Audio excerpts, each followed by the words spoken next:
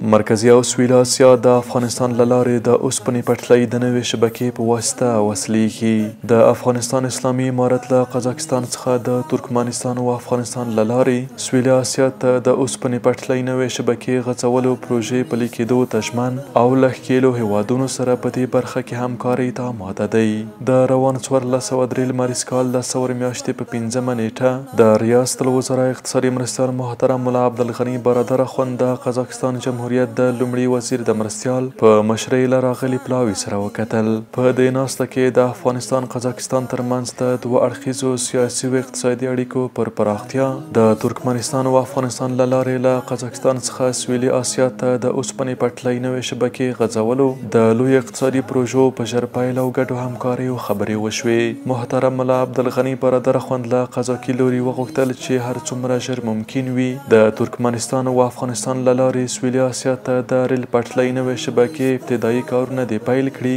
ځکه د دې پروژې په پلي کېدو سره به قزاقستان د ترکمنستان او افغانستان به له دې لارې پر منځنۍ اسیا سربیره له چین، روسیې او اروپایي بازارونو سره وصل شي. د دې پروژې په پلي کېدو سره به په لږ لګښت او کم وخت کې سوداګریز توکي مطلوب ځای ته لیږدول کیږي. همدا ډول د افغانستان له لارې د اوسپنې پټلۍ پروژې په پلي کېدو سره به د سویل او منځنۍ اسیا پر وصل سربیره د چین او اروپا ترمنځ تر ټولو د لاند ترانزیټي دهلیز لپاره زمینه برابره او د افغانستان د کاني موادو د لیږد په برخه کې به پرمختګ وشي. همدارنګه به په دغه پروژه کې لسګونو زرو کسانو ته کاري فرصتونه برابر، د سوداګرۍ او ترانسپورت په برخه کې به ګڼې اسانتیاوې هم رامنځته کړي. جوړې به دې شاړې کړم ښایسته به دې سوچن